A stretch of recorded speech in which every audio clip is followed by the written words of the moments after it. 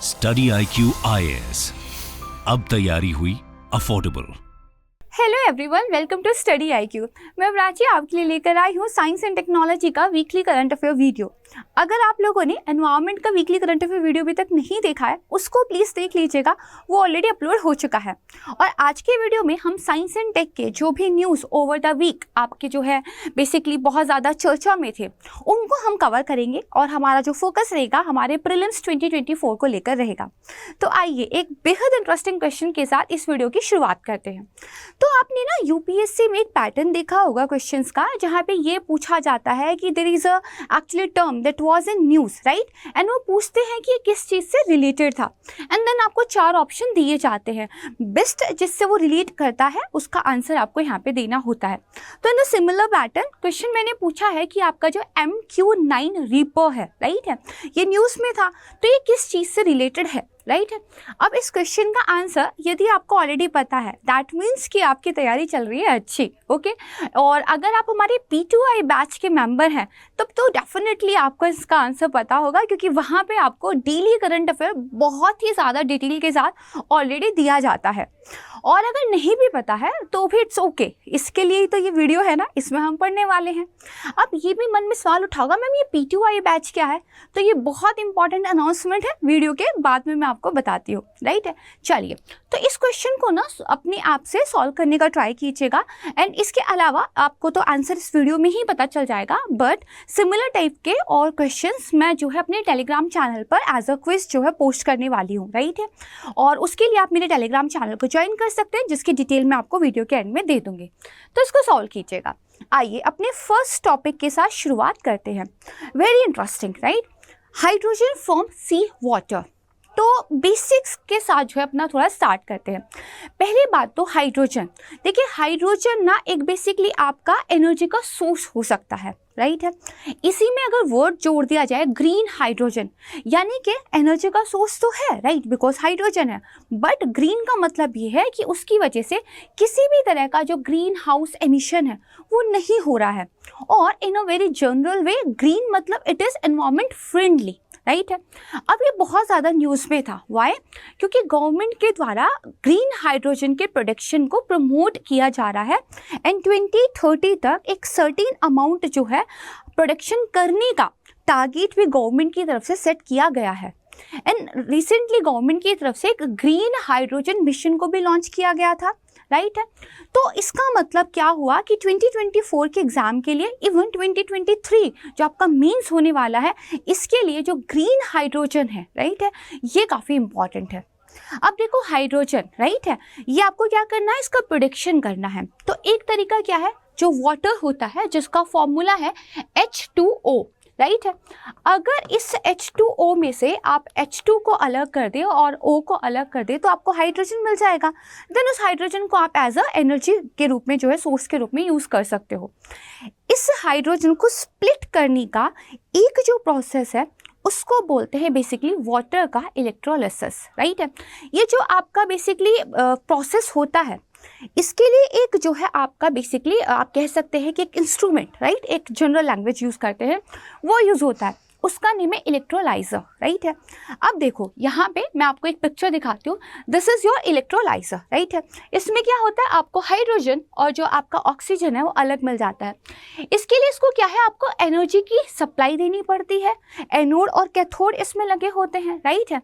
अब ये जो एनर्जी है, अगर बेसिकली आप कौन सी दे दें, फोटोवोल्टिक, यानी कि जो आपकी सोलर पावर एनर्जी है, राइट है, वो दे दें, तो यहाँ पे बेसिकली क्या है, अब सोलर पावर वाली जो एनर्जी है उसमें तो किसी कार्बन डाइऑक्साइड का एमिशन नहीं होता है, तो ये ग्रीन हो गया। इसके अलावा ये जो बेसिकली आपकी इलेक्ट्रोलाइसिस की एक प्रोसेस है, इसमें हाइड्रोजन आपका निकला है, ऑक्सीजन आपका निकला है, इसके अलावा और कोई जो है बेसिकली टॉक्सिक गैस वगैरह यहाँ से रिलीज नहीं होती है, that's why it is green, okay. अब यहाँ पे यानी कि अगर आपको अपने ग्रीन हाइड्रोजन प्रोडक्शन के गोल्स को अचीव करना है तो ये जो आपके इलेक्ट्रोलाइजर्स हैं इनका आपको काफ़ी सारा प्रोडक्शन करना पड़ेगा, फर्स्ट थिंग। सेकेंड थिंग ये है कि फ़िलहाल जो हमारे पास प्रोसेस अवेलेबल था ये काफ़ी ज़्यादा एनर्जी बेसिकली क्या था, इंटेंसिव था, राइट है। इसके अलावा कॉस्टली भी था। तो रिसेंट में बेसिकली क्या हुआ, जो आपके IIT मद्रास के रिसर्चर्स थे उन्होंने एक ऐसा जो है बेसिकली आप कह सकते हैं प्रोसेस, या इस प्रोसेस के अंदर के कुछ ऐसे क्रिटिकल कंपोनेंट्स को बेसिकली क्या कहते हैं बनाया है, जो ना सिर्फ लेस एनर्जी कंज्यूम करते हैं, दूसरा अफोर्डेबल भी पड़ेंगे, और तीसरा हम सी वाटर को यहाँ पे यूज़ कर सकते हैं। देखिए बहुत ही इंपॉर्टेंट है, आपको पता है ना वाटर की तो ऑलरेडी भाई कमी है, फ्रेश वाटर की अगर बात की जाए, राइट। और अगर आप हाइड्रोजन भी फ्रेश वाटर से बनाएंगे तो अगेन है ना, ये रिसोर्सेज पे एक दबाव ही तो है, जबकि सी वाटर तो काफ़ी ज़्यादा अवेलेबल है।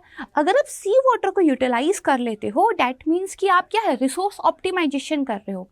तो यहाँ पे जो IIT मद्रास के रिसर्चर्स थे, इन्होंने क्या कहा, समुद्र का जो खारा पानी होता है, alkaline water of the sea, right, उसको यूज़ करके हम क्या है हाइड्रोजन बनाएंगे, इसीलिए ज़्यादा इम्पॉर्टेंट हो जाता है। ठीक है, अब यहाँ पे देखिए उन्होंने एक ऐसा इलेक्ट्रोलाइजर बनाया है जो आपका बेसिकली सी वाटर यूज़ कर सकता है instead of pure fresh water.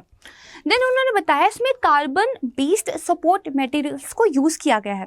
Materials इसमें ऐसा यूज़ किया गया है जो मेटल बेस्ड नहीं है, और जब आप मेटल यूज़ नहीं कर रहे हो तो जो बेसिकली आपका क्या होता है, कोरोजन होता है, जंग वगैरह जो लग जाता है उसकी पॉसिबिलिटी कम हो जाती है। दैट मीन्स आपका ये जो भी मशीन, जो भी इंस्ट्रूमेंट है, इसका लाइफ स्पेन ज़्यादा हो जाएगा, राइट है। तो इस वजह से ये क्या है, बहुत ज़्यादा न्यूज़ में था। अब यहाँ पे ये देखिए जो आपकी बेसिकली हाइड्रोजन मैन्युफैक्चरिंग कैपेसिटी है ग्लोबल लेवल पर, वो कितनी है ना, आपकी 8 गीगावाट पर ईयर है ना। एक जनरल सा फैक्ट मैं आपको बता रही हूँ, अगर इंडिया को अपना 2030 वाला टारगेट अचीव करना है तो हमें कम से कम 100 से लेकर मतलब 60 से लेकर 100 गीगावाट की कैपेसिटी लेकर आनी पड़ेगी। ग्लोबल लेवल पर ही अभी 8 है, और हमें इंडिया को सिर्फ अपने लिए ही कितना चाहिए, 60 से 100 चाहिए।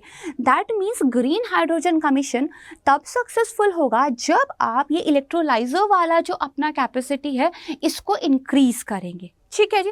अब देखो मैंने आपसे पूछा था कि भारत का बेसिकली गोल क्या है, तो नेशनल हाइड्रोजन मिशन में गवर्नमेंट ये कहती है कि 5 मिलियन मीट्रिक टन हमें हाइड्रोजन पर एनम जो है अपनी कैपेसिटी पर पहुंच जाना है बाय 2030, राइट है, बाय 2030, इसको ध्यान रखिएगा। अब यहाँ पे देखो ये भी बताया गया है कि एक तो इसमें फोटोवोल्टिक डेराइव्ड जो बेसिकली वोल्टेज होगी उसको यूज़ करेंगे, देन जो सी वाटर होता है उसको स्प्लिट कर देंगे, ठीक, एंड देन अपना जो है ग्रीन हाइड्रोजन मिल जाएगा। अब देखो हाइड्रोजन के बारे में तो बेसिक आइडिया आपको पता है, राइट है। हाइड्रोजन का जो ये फ्यूल है ना और द एनर्जी सोर्स, इसके ना अलग अलग टाइप होते हैं बेस्ड ऑन ये कितना एनवायरमेंट फ्रेंडली है।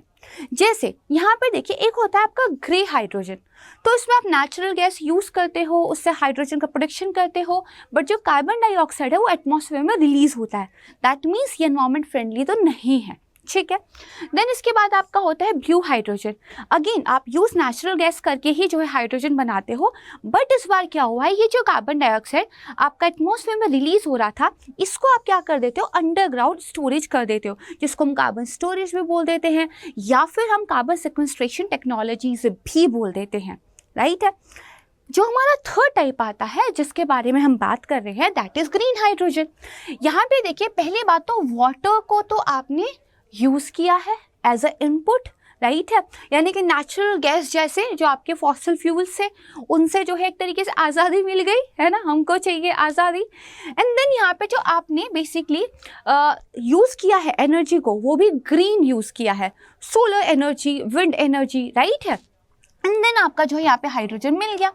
बाय प्रोडक्ट के रूप में क्या मिला, बाय प्रोडक्ट के रूप में मिला ऑक्सीजन। एंड अगेन इट्स तो वेरी इंपॉर्टेंट एलिमेंट ना, आप इसको यूज कर सकते हो, तो that's why it is a very good process, ठीक है, to generate the hydrogen, and that's why the name green hydrogen. Perfect है, दिस इज क्लियर, ओके। चलिए अब पहला टॉपिक तो समझ में आ गया होगा, लेकिन अब वो जो इंपॉर्टेंट इन्फॉर्मेशन की अनाउंसमेंट की बात थी वो कर लेते हैं। तो स्टडी IQ की तरफ से आप लोगों के लिए एक P2I बैच लॉन्च किया गया है। P2I बैच बहुत सारी खासियतों का एक बड़ा जो है धमाका वाला ये पैकेज है। सबसे पहली खासियत, 3 भाषाओं में पहली बार आपको कोई बैच दिया जा रहा है। आप कंप्लीट इंग्लिश में पढ़ना चाहते हैं, हिंदी में पढ़ना चाहते हैं, या आप इंग्लिश लैंग्वेज में पढ़ना चाहते हैं, you can join according to your requirement. Second thing, यहाँ पे आपके फैकल्टीज आपको लाइव पढ़ाने वाले हैं, ठीक है। दैट मीन्स क्लास में आप वैसे पढ़ेंगे जैसे आप रियल सिचुएशन में पढ़ते हैं। 1-to-1 इंटरेक्शन जो है आपका अपने फैकल्टीज के साथ रहेगा, ठीक है। इसके अलावा ये P2I है, मतलब प्रीलिम्स टू इंटरव्यू है। प्रीलिम्स की पूरी तैयारी, मेंस की पूरी तैयारी एंड देन इंटरव्यू के लिए गाइडेंस, सब कुछ इस एक स्ट्रक्चर के अंदर आपको मिलने वाला है। This is one of the best deal, right है। एंड ये मैं आपको इसलिए नहीं बोल रही हूँ बिकॉज लाइक मैं यहाँ पे हूँ, नो, ये एक्चुअली में बहुत अच्छा प्रोग्राम है। क्योंकि एक यूपीएससी एस्पिरेंट को क्या चाहिए, अगर मान लीजिए आप शुरुआत से तैयारी कर रहे हैं, कोई उसको जो है ये बता दे कि एक्चुअली में राइट रिसोर्सेज क्या है, राइट पढ़ने का तरीका क्या है, और पूरा फाउंडेशन पढ़ा दे, वो यहाँ पे क्लियर हो जाता है। क्योंकि it's a foundation batch, NCERT से शुरू करेंगे, स्टैंडर्ड बुक्स पे जाके ख़त्म करेंगे। दूसरा क्या चाहिए होता है, टेस्ट सीरीज प्रॉपर तरीके से कोई करा दे। तीसरा क्या चाहिए होता है, मीन्स आंसर राइटिंग कोई अच्छे से करा दे। और चौथा क्या चाहिए होता है, एक मेंटोर हो जो मेरी किसी भी प्रॉब्लम को सुने और उसको सॉल्व करे। तो यहाँ पे 1-to-1 मेंटोरशिप भी दी जाती है, यानी कि हर एक स्टूडेंट पर उसके लिए एक मेंटोर अवेलेबल होता है, राइट है। एंड देन इसके अलावा एक और जो लास्ट चीज़ हम मिडिल क्लास फैमिली के लोग फेस करते हैं, फाइनेंशियल जो हमारे बेसिकली कॉन्स्ट्रेंट्स होते हैं। तो पहली बात तो फीस ऑलरेडी ही जो है काफ़ी आप देखेंगे अफोर्डेबल रखी गई थी कंपैरेटिव टू लाइक अगर आप अदर प्रोग्राम्स की बात करें। बट इसमें भी अगर आप जो है अपना फैकल्टी कोड यूज़ करते हो, that is PRACHI, that is my name, you know, live, LIVE, that means Prachi live, तो आपको एक मैक्सिमम डिस्काउंट यहाँ पे फीस पे जो है मिलता है। दूसरी बात ये है कि एक बार अगर आपका प्रीलिम्स आपने क्रैक कर दिया, यानी कि आपने जो बेसिकली आप डिज़र्व है ये आपने दिखा दिया, तो फिर आपके रहने खाने की जिम्मेदारी हमारी होगी, अगर आप इस बैच का एक हिस्सा है तो, राइट है। क्योंकि आपका प्रीलिम्स निकल गया है तो you are one of the candidate जो मेंस लिखने वाले हैं, राइट है। बहुत कम लोगों को मौका मिलता है। तो फिर हम आपको ना सिर्फ पढ़ाई के पॉइंट ऑफ व्यू से सपोर्ट करेंगे, बल्कि आपको फिनेंशियली कुछ ना सोचना पड़े, आप अपनी सारी जो है बेसिकली विल पावर से पढ़ने में लगा दें। तो यहाँ पे हम आपका हैंड होल्ड करके रखते हैं अपने मेंस रेसिडेंशियल प्रोग्राम में। और सबसे इम्पॉर्टेंट बात, 19 जून से शाम को 6 बजे ये बैच आपका जो है लॉन्च हो रहा है। तो ऑलरेडी जो है अंतिम समय पर जो है टिक हो चुकी है, तो प्लीज़ इसको ज्वाइन कर लीजिए, ठीक है। यूज़ कीजिएगा प्राची लाइव कोड, ठीक है, ताकि आपको एक बड़ा डिस्काउंट यहाँ पे मिल जाए। इसके अलावा अगर आप वर्किंग प्रोफेशनल हैं, अगर आप अपने हाउस को मैनेज करते हैं, अगर आप एक कॉलेज गोइंग स्टूडेंट हैं, राइट है, तो भी ये टाइमिंग्स आपके लिए बहुत सूटेबल है, क्योंकि शाम को 6 बजे है, राइट है। चलिए, तो यस, इस बैच के बारे में अगर आप कुछ भी पूछना चाहते हैं तो मुझसे मेरे टेलीग्राम चैनल पे पूछ सकते हैं। एंड अगर इसके अलावा आप जो है अगर डिस्कशन प्रॉपर वे में करना चाहते हैं तो डिस्क्रिप्शन बॉक्स में कुछ कॉन्टेक्ट नंबर आपको दिए गए हैं, वहाँ पे भी आप कॉल करके बात कर सकते हैं, ठीक है। तो this is one of the very important announcement, please इसको जो है ज्वाइन कर लीजिएगा, क्योंकि यूपीएससी थोड़ा मुश्किल होता जा रहा है। अब मैं ये तो नहीं कहूँगी कि सेल्फ स्टडी से हो नहीं सकता, बट बहुत मुश्किल हो गया है और कंपटीशन बहुत ज़्यादा हाई है। तो कंपेयर टू एक स्टूडेंट जो प्रॉपर गाइडेंस के साथ पढ़ रहा है और एक आप अकेले घर में पढ़ रहे हैं, एक डिफरेंस आ जाता है, राइट। तो अगर इतनी अच्छी फ़ी पर आपको एक इतनी अच्छी डील मिल रही है तो उसको जाने नहीं देना है, ऊपर से टाइमिंग बहुत बेस्ट है, राइट। चलिए, तो बैच के बारे में तो कोई भी आपकी डिटेल होगी पूछ लीजिएगा। Now the second important topic, ठीक है। तो भी आपको पता होगा काफ़ी ज़्यादा ये बेसिकली समाचारों में फैला था कि कोविन का जो डाटा है वो लीक हो गया है और डाटा प्रोटेक्शन को लेकर इंडिया के अंदर एक प्रॉपर इंफ्रास्ट्रक्चर नहीं है, इसको लेकर सवाल उठे थे।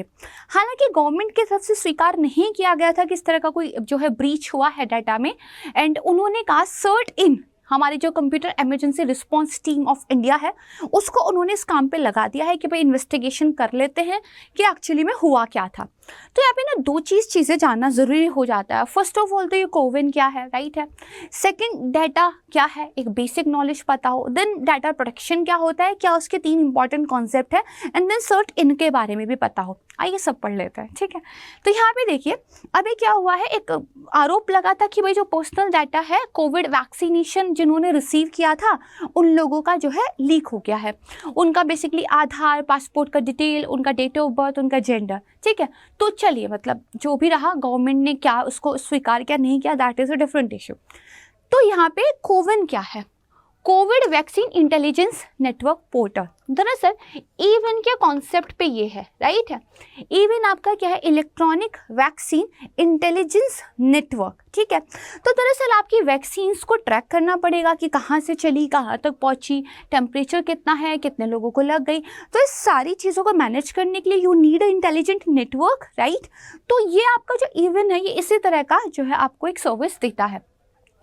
दरअसल आपका जो भी सारा डाटा है, राइट है, वो यहाँ पे एक तरीके से क्लाउड बेस्ड जो है आपके जो सर्वर्स होते हैं, राइट है, उन पे स्टोर रहता है। चलो और बेसिक कर लेते हैं। समझो आपका देश में एक इतना बड़ा जो है बेसिकली लोगों को आपने वैक्सीनेशन देना है। वैक्सीन जो कि बहुत क्रिटिकल है, उसके ट्रांसपोर्ट को कहाँ से कहाँ गई, कितनी जो है वैक्सीन लोगों को लग गई है, कितनी अभी स्टॉक में है, कितने को और अभी बेसिकली प्रोडक्शन करना है, उसका टेम्परेचर कितना है। This is a very huge amount of data है ना, जो आपको ध्यान रखना पड़ेगा। तो सरकार ने क्या किया, इस सारे डाटा के लिए क्लाउड बेस्ड IT सॉल्यूशन जो है बेसिकली निकाला, ताकि हम अपनी इंडिया के अंदर जो वैक्सीनेशन का प्रोग्राम है इसको प्रॉपर तरीके से मैनेज कर सकें, ठीक है जी। और ये जो प्लेटफॉर्म है इसी को जो है कोविन कह दिया गया, जो आपका ministry of health and family welfare है उसके अंदर बेसिकली इसको रेगुलेट किया गया था। इससे पहले अगर आप देखोगे जो बेसिकली पल्स पोलियो वाला अभियान था या फिर कुछ अदर क्रूशियल वैक्सीनेशन प्रोग्राम्स जो है हुए थे इंडिया के अंदर, वो भी यहाँ पे जो है बेसिकली मैनेज किए गए थे। यानी कि दिस इज अ प्लेटफॉर्म जहाँ पे आपका सारा डाटा जो है वैक्सीनेशन से रिलेटेड रहता है, because it's a intelligent network. Now the one question is, भाई ये क्लाउड बेस्ड क्या होता है? तो देखो, एक तरीका तो क्या है कि आप लोकल तरीके से अपना डाटा सेव कर लो। फॉर एग्जांपल, मैं जो भी आपके PPT बनाती हूँ वो मेरे लैपटॉप में सेव है, फिर मैं इसको शेयर कर देती हूँ टेलीग्राम चैनल पे, आप डाउनलोड कर लेते हैं, तो वो आपके लोकल जो है स्टोरेज में चले जाते हैं, दैट इज़ लोकल स्टोरेज। लेकिन मान लीजिए जो आपकी स्टोरेज है वो कोई थर्ड पार्टी देती हो, राइट है, उसके सर्वर्स लोकल नहीं कहीं दूर हैं, वो जो थर्ड पार्टी स्टोरेज की आपको सर्विस मिल रही है, क्लाउड बेस्ड स्टोरेज कहीं ना कहीं आप उसको मान सकते हैं in a very general terms, right है, एकदम लोकल लैंग्वेज में। तो यहाँ पे बेसिकली आपको सर्विस एज एन क्या इंफ्रास्ट्रक्चर एज अ सर्विस मिलता है, ठीक है, इंफ्रास्ट्रक्चर एज ए सर्विस मिलता है, क्योंकि आपके पूरे डाटा की जो स्टोरेज है उसके लिए जो आपको इंफ्रास्ट्रक्चर चाहिए वो कोई और आपको सर्विस के रूप में दे रहा है, ठीक है। This is clear. इस तरह के कॉन्सेप्ट पे UPSC ने क्वेश्चन पूछा भी हुआ है ना। ओके, अब डाटा प्रोटेक्शन और डाटा की बात कर लेते हैं। कोविन तो क्लियर हो गया कि भाई एक नेटवर्क है, डाटा रखते हैं। What is data? तो data is about the information, the facts, right. ये आप कह सकते हैं कि एक तरीके से किसी भी चीज़ को लेकर काफ़ी सारे पॉइंट्स हो सकते हैं। फॉर एग्जाम्पल, स्टडी IQ के P2I बैच के बारे में बात करते हैं। बैच किस स्टेज से लॉन्च हो रहा है, क्या टाइमिंग है, क्या फैसिलिटीज़ मिल रही है, व्हाट इज़ द फीस, है ना, what is the faculty code, कितना डिस्काउंट मिल रहा है, these things are the data about the P2I, right है। तो किसी भी चीज़ के बारे में जो उसके स्पेसिफिक पॉइंट्स होते हैं वो एक डाटा होता है, राइट है। इसको स्ट्रक्चर्ड और अनस्ट्रक्चर्ड डाटा के रूप में जान सकते हैं। अनस्ट्रक्चर्ड डाटा से आप कोई कंक्लूजन नहीं निकाल सकते। मान लीजिए आपको बहुत सारे नंबर दे रखे हों, है ना, रेंडम, तो उससे कुछ पता थोड़ी चलेगा, बट कोई स्ट्रक्चर्ड वे में देते कि भाई इतने से इतनी एज के इतने परसेंटेज लोगों को जो है इतनी जो है बेसिकली वैक्सीनेशन मिल चुका है, इतने से इतनी एज के इतने परसेंटेज लोग अभी रह गए हैं। तो जो आपका स्ट्रक्चर्ड वे का डाटा होता है ये एक बहुत इंपॉर्टेंट रिसोर्स है, क्योंकि आज के टाइम पे आप देखो तो डाटा की मदद से आप बहुत कुछ पता कर सकते हो, बहुत कुछ कर सकते हो, राइट है। तो ये जो डाटा जो किसी भी पर्सन के पर्सनल एंड पब्लिक बेसिकली हर चीज़ के बारे में आपको हर चीज़ बता देगा, इसको प्रोटेक्ट करना बहुत ज़रूरी है, करेक्ट है। तो अब यहाँ पे देखो, डाटा प्रोटेक्शन क्या है, ऐसी स्ट्रैटेजीज़ है, ऐसी प्रोसेस है जो आप एक डाटा की इंटीग्रिटी को होल्ड रखने के लिए करते हो। मेन एलिमेंट इसमें होते हैं, एक तो कॉन्फिडेंशियलिटी, दूसरा आपका इंटीग्रिटी एंड देन अवेलेबिलिटी, है ना। तो पहले वाला देखो, दरअसल यहाँ पे क्या होता है कि ये जो आपका डाटा है, राइट है, वो केवल जो ऑथराइज्ड आपका बेसिकली ऑपरेटर है वही डील करे उसमें। दैट मीन्स अगर आपने अपने आधार कार्ड की डिटेल्स गवर्नमेंट को दी हैं फॉर वैक्सीनेशन या किसी भी चीज़ के लिए, तो गवर्नमेंट के पास ही उसका जो है बेसिकली अथॉरिटी रहना चाहिए डाटा का, कोई थर्ड पार्टी आपके आधार की डिटेल नहीं ले सकती, राइट। दूसरा होता है इंटीग्रिटी। यहाँ पे क्या होता है कि देखो आपका जो डाटा है ना वो प्रिसाइज और रिलायबल होना चाहिए, कोई कल को उसमें कुछ चेंज ना कर दे, राइट है। फॉर एग्जाम्पल मेरा ब्लड ग्रुप कोई इसमें चेंज अगर कल को कर देगा और मुझे कभी इमरजेंसी में ज़रूरत पड़ेगी तो गलती हो सकती है, राइट, या फिर टाइम लग जाएगा। तो डाटा में क्या है, रिलायबिलिटी होनी चाहिए। देन उसके बाद अवेलेबिलिटी, तो डाटा इतना सेफली आपका स्टोर हो कि जब कभी इसकी ज़रूरत पड़े वो आपको मिल जाए, right. For example our medical history, तो जब कभी हमें अपनी मेडिकल हिस्ट्री की ज़रूरत पड़े डॉक्टर को दिखाने के लिए, हम दिखा सकें, तब तक वो सेफ रहे, है ना। ये कुछ प्रिंसिपल्स हैं जो डाटा के लिए ज़रूरी होते हैं, बेसिक, राइट। चलिए अब बात करते हैं, अगर ये इतना इम्पॉर्टेंट है ना, तो बेसिकली इसके प्रोटेक्शन को लेकर भारत में क्या एक ढांचा है, ठीक है। तो देखो, एक तो right to privacy, Puttaswamy case आया था जिसमें आर्टिकल नंबर 21 के बारे में कोर्ट ने क्या किया था, एक एलाबोरेट जो है एक्सप्लेनेशन दे दी थी, और द एलाबोरेट जो है बेसिकली डेफिनेशन दे दी थी कि now right to privacy is also a part of our fundamental principles, that is the part of again article number 21, right है, कि भाई आप अपने डाटा की, अपनी निजता की सुरक्षा की मांग रख सकते हैं, है ना, ये आपका मूल अधिकार है।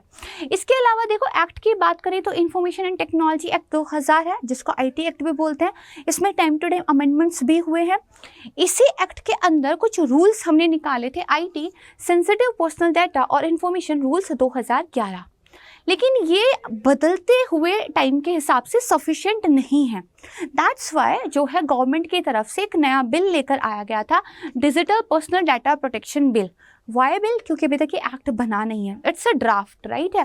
तो इसको लेकर भी काफ़ी इश्यूज चल रहे हैं, कभी डिटेल में इसको भी देख लेंगे, ठीक है। तो ये कुछ चीज़ें हैं जो भारत के अंदर डाटा को लेकर बेसिकली क्या है, देखती हैं, रेगुलेट करती है। क्लियर? चलिए अब देखो, सिमिलर टॉपिक को आगे बढ़ाते हैं। मैंने क्या बताया कि हमारे पास एक सर्ट इन है, कंप्यूटर इमरजेंसी रिस्पॉन्स टीम, ठीक है। तो यहाँ पे बेसिकली क्या है, अभी कुछ टाइम पहले PIB पर एक न्यूज़ भी आई थी अप्रैल लास्ट में कि भाई जो सर्ट इन है उसने कुछ गाइडलाइंस वगैरह जो है इश्यू किए हैं, है ना, कि अगर किसी भी तरह का साइबर इंसिडेंट होता है ना, तो बेसिकली आपको क्या करना चाहिए, ठीक है। तो ये न्यूज़ में था। अब यहाँ पे देखो, सर्ट इन है ना, बेसिकली क्या है, ये आपकी एक रिस्पॉन्डिंग टू साइबर सिक्योरिटी, ठीक है, एक टीम है और यू कैन से एक ऑर्गेनाइजेशन है, ठीक है जी। जो हमारा IT एक्ट है 2000 वाला, उसका जो सेक्शन नंबर 70B है, उसके अकॉर्डिंग इसको जो है बनाया गया है। किसके अंदर काम करती है, तो जो आपका ministry of electronics and information technology है, उसके अंदर ये काम करती है। क्लियर है? अब देखिए, अगर साइबर सिक्योरिटी से रिलेटेड किसी भी थ्रेट के बारे में, है ना, चीज़ों को देखना है तो सर्ट इन देखेगी। कोई अलर्ट जारी करना है, कोई गाइडलाइंस देनी है, तो उसको सर्ट इन देखेगी, ठीक है। यहाँ पे देखो, अगर बेसिकली किसी भी प्रकार का साइबर इंसिडेंट हुआ है तो उसके बारे में चीज़ों को लेके जो है एक तरीके से इन्वेस्टिगेशन करना, एनालाइज करना, चीज़ों को कलेक्ट करना, एंड देन जो है प्रॉपर इन्फॉर्मेशन को डिसमिनेट करना, ये सब जो है सर्ट इन के द्वारा किया जाता है। साथ में साइबर सिक्योरिटी इंसिडेंट को लेकर किस तरह के जो है आप कह सकते हैं आपके बेसिकली इमरजेंसी मेजर्स हों, वो भी जो है इसके द्वारा प्रोवाइड कराए जाते हैं, ठीक है। तो this is the about basic information of CERT In. This is clear? देखो, data breach, data security, these are very important topic, इनको प्लीज़ ध्यान से पढ़ना। और इससे पहले एम्स का वाला भी मुद्दा आपने जाना होगा न्यूज़ में, राइट है, तो ये थोड़ा सा क्या है, इम्पॉर्टेंट है। चलिए नेक्स्ट की तरफ बात करते हैं। Again a very interesting one, tactical nuclear weapons was in news. क्यों? क्योंकि देखो, बेलारूस जो कि रशिया के पक्के वाले मित्र है, लाइक बेस्ट फ्रेंड है ना, या फिर फ्रेंड्स फॉर एवर, तो उन्होंने ये कहा कि भाई देखो, रशिया जो हमारे यहाँ पे बेसिकली जो टैक्टिकल न्यूक्लियर वेपन्स थे, वो जो बेसिकली इंस्टॉल करने वाला था, वो आने वाले कुछ दिनों में कर लेगा। पहले जो टाइमलाइन थी वो थोड़ी लंबी दी गई थी, अब उन्होंने कहा कि नहीं नहीं, हम तो अभी कर लेंगे, ठीक है। तो देखो, बेलारूस का भी USSR का पार्ट हुआ करता था, देन उसके पास जो है USSR से आए हुए कुछ न्यूक्लियर वेपन्स वगैरह थे, बाद में वो रशिया ने ले लिए। तो now they are in a very like good friendship कि अगर आपको कभी कोई इश्यू होगा तो हम आपकी हेल्प कर देंगे, ठीक है। चलिए, तो कंटेक्स्ट था, हमें इससे कोई मतलब नहीं है ना, कभी IR वगैरह पढ़ेंगे तो कर लेंगे। अब आते हैं अपने साइंस टेक वाले पोर्शन पे। The first thing, what is nuclear weapon, the very basic thing.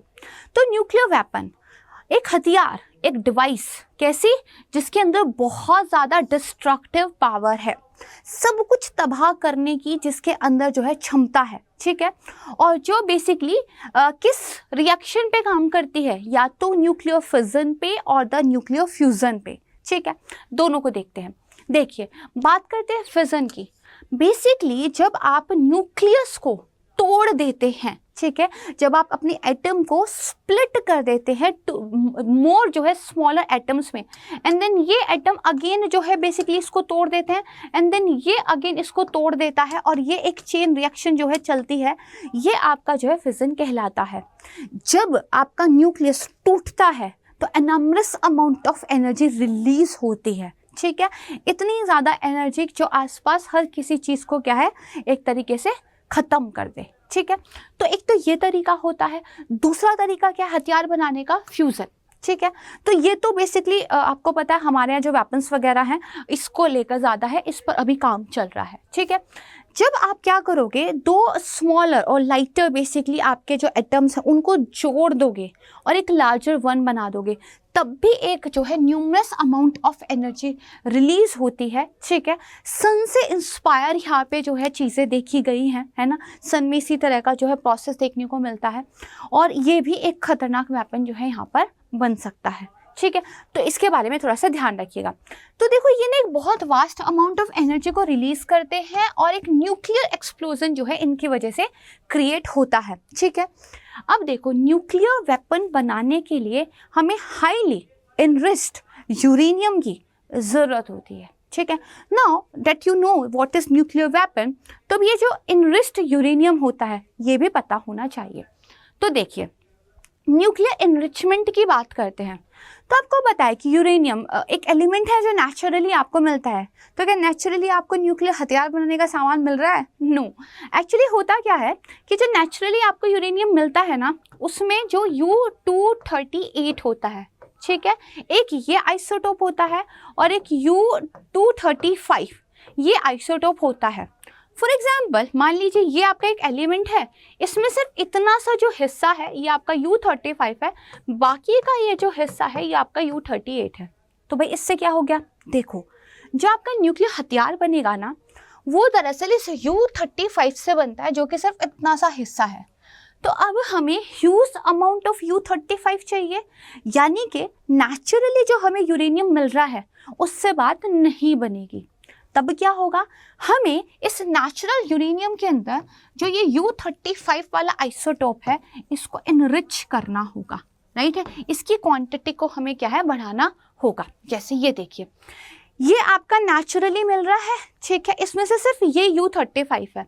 इसमें अगर आप लोअर एनरिचमेंट कर दो, थोड़ा सा जो है इसमें U-35 बढ़ा दो, लगभग 5%, तो इसको आप यूज़ कर सकते हो जो आपके न्यूक्लियर पावर प्लांट होते हैं, ठीक है। न्यूक्लियर पावर प्लांट से हम एनर्जी बनाते हैं ना, राइट, बिजली बनाते हैं। अगर इसको थोड़ा सा हाईली इनरिच्ड कर दो, ठीक है, करीब 20% ले आओ, तो जो बेसिकली एक्सपेरिमेंट्स वगैरह आप कर रहे हो, ठीक है, न्यूक्लियर रिसर्च रिएक्टर्स वगैरह वहाँ पे यूज़ हो जाता है। जब आप इसको हाईली इनरिच कर देते हो, 90% इसके अंदर U-35 है, तब ये आपका वेपन ग्रेड का बन जाता है। तो इसीलिए जब बेसिकली सैंक्शंस वगैरह लगे थे, ईरान वगैरह मामला हुआ था, तो ये सब हुआ था कि उनके न्यूक्लियर इनरिचमेंट प्रोग्राम को देखना है। आप सिविल पर्पस के लिए यूज़ कर सकते हो, दैट मीन्स आप अपने पावर प्लांट्स वगैरह के लिए यूज़ कर सकते हो, बट आप इतना इनरिच नहीं कर सकते कि आप वेपन्स बना डालो, ठीक है। This is clear. अब देखो यहाँ पे बेसिकली क्या बोला गया है, अब ये जो इनरिचमेंट है ये होगा कैसे, तो बहुत टेक्निकल हम नहीं जाएंगे क्योंकि उतना एग्जाम में आता नहीं है, बट एक बेसिक टर्म पता हो। बेसिकली क्या होता है, जो आपके ये आइसोटोप हैं, ठीक है, इन आइसोटोप का ना सेपरेशन करते हैं, राइट है, इन आइसोटोप का सेपरेशन कर देते हैं, ठीक है, कि भाई जो आपके U-38 वाले हैं उनको हटाओ और जो U-35 वाले हैं उनको इकट्ठा करो, एंड देन वो जो U-35 वाले हैं उनको यूज़ करो, ठीक है। दिस इज क्लियर, बढ़िया। Now the third concept, what is tactical nuclear weapon. Nuclear weapon समझ में आ गया, कैसे बनते हैं, एनरिचमेंट से बनते हैं, समझ में आ गया। अब ये टैक्टिकल न्यूक्लियर वेपन क्या है, देखो मोटे तौर पर दो हिस्सों में मैं न्यूक्लियर वेपन्स को बांट सकती हूँ, हालांकि और भी जो है बेसिकली हो सकता है, बट मोटे तौर पर दो, strategic nuclear weapon and then आपका tactical nuclear weapons, right. Strategic मतलब विनाशकारी हथियार, वो जो परमाणु बम की बात हम करते हैं ना, वो आपके स्ट्रैटेजिक वाले हैं, ठीक है। यूज़ हुए हैं कभी? बिल्कुल हुए हैं। यूनाइटेड स्टेट ऑफ अमेरिका ने जापान पे किया हुआ है, करेक्ट है। दूसरे जो होते हैं, ठीक है, वो आपके टैक्टिकल होते हैं। देखो, जो आपके स्ट्रैटेजिक है वो तो विनाश करने के लिए है, ठीक है। म्यूचुअली जो एग्रीड डिस्ट्रक्शन कहते हैं ना भाई, परमाणु हथियार मतलब एक मेड वॉर होगा। मेड वॉर मतलब एक म्यूचुअली एग्रीड डिस्ट्रक्शन होगा, तुम भी बर्बाद हम भी बर्बाद, ऐसा युद्ध होगा, ठीक है, कुछ बचेगा नहीं। बट फिर फायदा क्या हुआ, युद्ध में जीत किसकी हुई? तो फिर एक कॉन्सेप्ट आया टैक्टिकल न्यूक्लियर वेपन्स का, राइट है। इसमें बेसिकली क्या बोला गया कि आपकी जो वेपन होते हैं स्मॉल स्केल के होते हैं, और बेसिकली इनको ना आप बैटल फील्ड में जो आपकी बेसिकली ग्राउंड फोर्सेस होती हैं उनको सपोर्ट करने के लिए यूज़ करते हो, ठीक है। लोअर इनकी यील्ड होती है comparatively their strategic counterparts, right है। और लेकिन still they are highly destructive. अब ये भी कुछ ऐसा नहीं है कि कुछ बच्चों का खेल है, अगेन हाईली डिस्ट्रक्टिव होते हैं, ठीक है। और जो आपकी शॉर्ट रेंज बेसिकली मिसाइल्स होती हैं, जो एयरक्राफ्ट्स वगैरह होते हैं, उन पे आप इनको जो है असेंबल कर सकते हो, ठीक है। You can see on the picture कि एक तरीके से ये आपका टैक्टिकल न्यूक्लियर वेपन ही है, ठीक है जी, दिस इज क्लियर। तो बेसिकली ये क्लियर हो गया।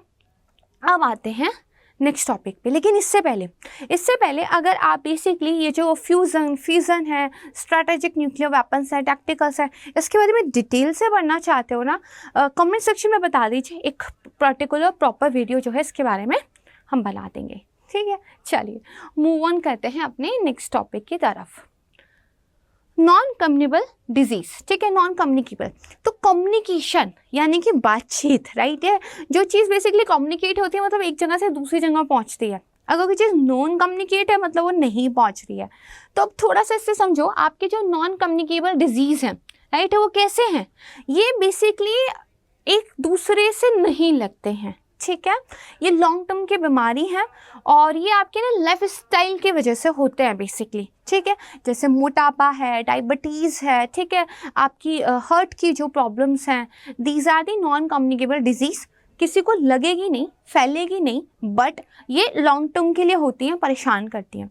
एक रिपोर्ट आई थी, ठीक है जी, जिसमें बताया गया था डायबिटीज़ और जो अदर आपकी एनडीसी है, एनसीडी है, ठीक है, नॉन कम्युनिकेबल डिजीज़ को हम एनसीडी बोलेंगे, ठीक है। जो आपकी एनसीडी है, दरअसल भारत में पिछले 4 सालों में यानी कि 2019 से लेकर 2021 में भारतीयों में करीब 31 मिलियन भारतीयों में डायबिटीज़ और हो गई है।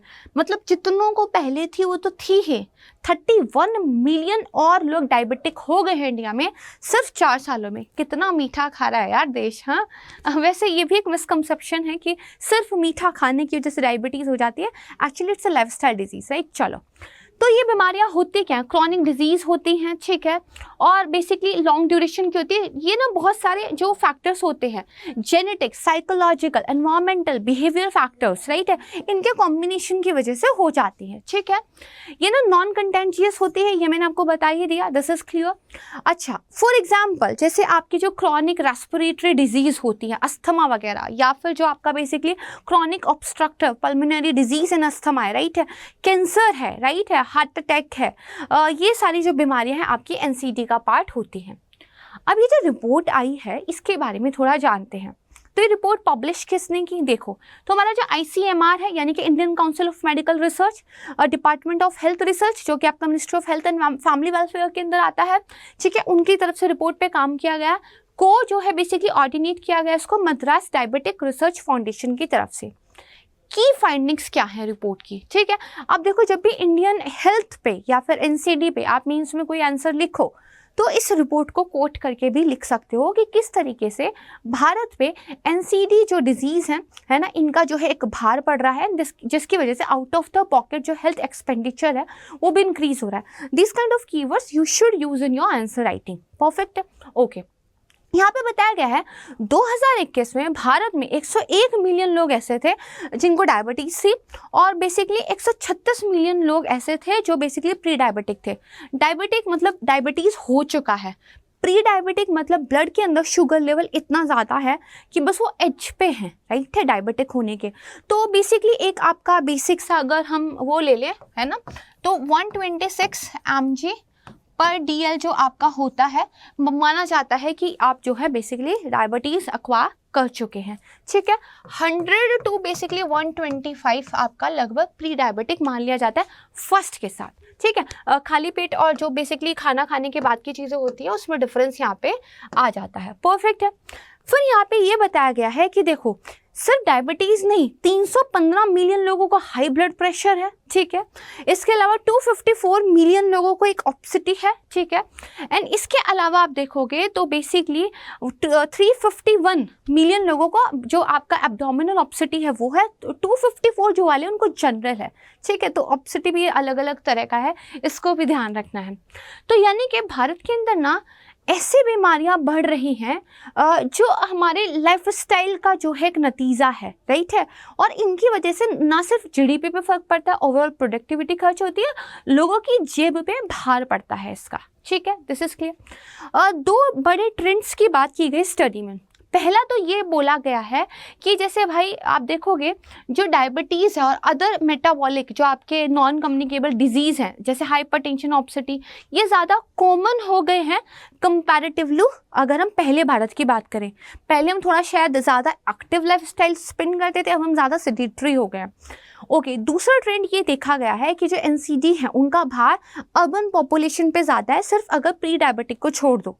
और इस वजह से बोला गया है कि आने वाले 5 सालों में ग्रामीण भारत में डायबिटीज़ का एक्सप्लोजन हो सकता है अगर प्रॉपरली हमने स्टेप नहीं लिए तो, क्योंकि प्री डायबिटिक की जनसंख्या ग्रामीण भारत में ज़्यादा है, ठीक है। तो ये कुछ ट्रेंड्स आपको आपकी अपनी खुद की हेल्थ, आपकी अपनी फैमिली की हेल्थ के बारे में भी क्या है बताते हैं। ओके, अब लास्ट के हमारे 2 टॉपिक बचे, स्मॉल वन, जल्दी से इनको रैप अप करेंगे।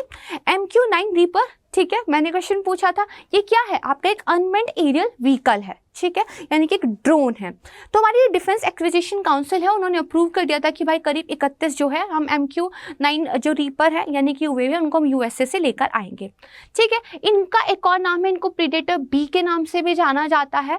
और जनरली जो जनरल एटॉमिक्स एरोनॉटिक सिस्टम्स है ना, उनका जो है इसको बनाया गया था यूनाइटेड स्टेट एयरफोर्स के लिए, ठीक है। ये इसकी ना काफ़ी लॉन्ग एंट्रेंस होती है, यानी कि जो एयर में जब ये फ्लाई करता है काफ़ी लंबे टाइम तक वहाँ पे रह सकता है, ठीक है।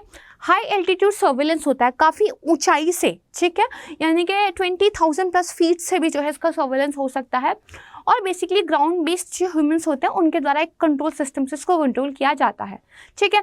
इसमें जो है मल्टीपल अनमैन्ड एयरक्राफ्ट होते हैं अगर पूरे सिस्टम की बात करें तो, ठीक है। एक ग्राउंड कंट्रोल सिस्टम होता है, कम्युनिकेशन इक्विपमेंट्स वगैरह भी होते हैं। दिस इज द पिक्चर, आप देख सकते हो, परफेक्ट है। फीचर्स की बात करते हैं। नॉर्मली देखा जाए तो इसकी स्पीड कितनी है आपकी 300 जो है, अगर वैसे देखा जाए तो अगर बेसिकली क्रूजिंग स्पीड की बात की जाए तो कंपैरेटिवली कम है, ठीक है। इसमें वैरायटी ऑफ वेपन्स जो है हम यूज़ कर सकते हैं। अगर ये एक सर्विलेंस के पॉइंट ऑफ व्यू से बेसिकली उड़ान भरी हुई है तो 30 आवर्स तक का इसका एंड्योरेंस है। और बेसिकली अगर ये एक क्या है ऑफेंसिव मिशन पे है तो 23 आवर्स तक का इसका एक एंड्योरेंस है, ठीक है, बेसिक चीज़ें। अब ये अनमेन्ड जो बेसिकली आपके एयर व्हीकल्स होते हैं, क्या अनमेन्ड मतलब ह्यूमन नहीं है, एयर मतलब हवा, व्हीकल मतलब एक जहाज, ठीक है। तो कॉमनली इनको ड्रोन के नाम से जाना जाता है। फ्लाइंग एयरक्राफ्ट होते हैं जिसमें कोई पायलट क्रू नहीं होता, ठीक है। इनकी एप्लीकेशंस बहुत ज़्यादा है, UPSC इस पे क्वेश्चन पूछ चुका है ऑलरेडी, ठीक है। तो जैसे आप क्लाइमेट चेंज की मॉनिटरिंग कर सकते हो, क्योंकि काफ़ी समय तक ये हवा में रह के डाटा इकट्ठा कर लेते हैं। एग्रीकल्चर में पेस्टिसाइड का स्प्रे वगैरह करने के लिए यूज़ कर सकते हो, जियो मैपिंग के लिए यूज़ कर सकते हो। देन फोटोग्राफी, फिल्मिंग के लिए तो यूज़ आपने देखा ही होगा आजकल हो ही रहा है ना। असेंशियल गुड्स की डिलीवरी हो सकती है, ठीक है। आपने देखा होगा कि जो बाढ़ पीड़ित इलाके होते हैं कई बार उन्होंने ड्रोन से हमने जो है असेंशियल्स की जो है डिलीवरी की थी। एंड सर्विलेंस एक्टिविटीज़ तो है कि लंबे टाइम तक बेसिकली हवा में रह के छुप के अपनी स्टिल्थ जो है बेसिकली टेक्नोलॉजी की मदद से सर्विलेंस कर सकते हैं। यहाँ पे कोई ह्यूमन का जो है एक तरीके से इन्वॉल्वमेंट नहीं होता है, तो ज़्यादा सेफ भी होते हैं, ठीक है। This is clear, okay. अब मूव करते हैं नेक्स्ट टॉपिक की तरफ। तो आदित्य L1 मिशन, ये जो आदित्य मिशन है ना, भारत का वन ऑफ द मिशन है बेसिकली, जो हम सूर्य के लिए भेज रहे हैं, ठीक है। तो इस पर काफ़ी शानदार तरीके से काम चल रहा है। तो आदित्य नाम तो ये है। L1 एक लॉन्ग रेंज पॉइंट होता है, वहाँ पे हम इसको इस्टेब्लिश करेंगे, इसलिए नाम रखा है। इसको थोड़ा समझेंगे, ठीक है। ये न्यूज़ में क्यों था? इसमें एक solar ultraviolet imaging telescope भी हम जो है अब अटैच करके भेज रहे हैं। तो यानी कि जो बेसिकली सूर्य के जो अल्ट्रा वायलेट वाली जो आप कह सकते हैं रेस हैं, ये उसको जो है यहाँ पे एक तरीके से देखिएगा। मिशन की बात करें तो मैंने बताया फर्स्ट जो आपका लॉन्ग रेंज पॉइंट है सन और अर्थ सिस्टम के बीच में, वहाँ पे रहेगा, है ना। एक सैटेलाइट को हम यहाँ पे प्लेस कर देंगे और वो एक ऐसी पोजीशन पे है जहाँ से सन हमेशा दिखाई देता है। जैसे यहाँ पे देखिए, ये आपका अर्थ है, दिस इज योर सन। तो आप देखोगे ये जो आपके एल करके पॉइंट्स दिख रहे हैं, L1, L2, L3, L4, L5, ठीक है, ये आपके लॉन्ग रेंज पॉइंट्स हैं। ये यहाँ L1 पे स्टैब्लिश रहेगा, तो ये हमेशा एक ऐसी पोजीशन पे है कि सूरज को देखता रहेगा, ठीक है जी, दिस इज क्लियर। अब यहाँ पे देखो ये बताया गया है कि बेसिकली रियल टाइम में, है ना, जो सन है, जो स्पेस वेदर है, उसको ये मॉनिटर करेगा, ठीक है, दिस इज क्लियर। अब इसके बाद यहाँ पे बेसिकली एक और चीज़ ध्यान रखना, ये आपके जो लॉन्ग रेंज पॉइंट होते हैं ये क्या होते हैं। देखो, जब भी कोई ऑब्जेक्ट आपका सर्कुलर ऐसा मूवमेंट कर रहा होता है, ठीक है, तो आपने कभी नोटिस किया है, जैसे मान लीजिए कोई धागे से आपने बॉल बांधी हुई है ना, आपने उसको ऐसे घुमाया है, आपने कभी नोटिस किया है कि वो छिटक के दूर क्यों नहीं जाती? वो हमेशा एक सिमिलर पाथ को कैसे फॉलो करती है? बिकॉज क्या होता है बेसिकली, आप यहाँ पे देखो, एक सेंट्रीपिटल फोर्स होता है। ये जो फोर्स है ये इसको सेंटर की तरफ खींचने की कोशिश करता है, यानी कि इसको एक सेंट्रल पाथ में जो है बांधने की कोशिश रखता है, ठीक है। इसके अलावा अगर मान लीजिए ये आपकी अर्थ है, this is your son, right है। अब ये जो सन है इसका अपना एक ग्रेविटेशनल फोर्स होगा, ये यहाँ की चीज़ों को अपनी तरफ खींचने की कोशिश करेगा। ये अर्थ का भी अपना कोई ग्रेविटेशनल फोर्स होगा, ठीक है, ये भी चीज़ों को अपनी तरफ खींचने की कोशिश करेगी।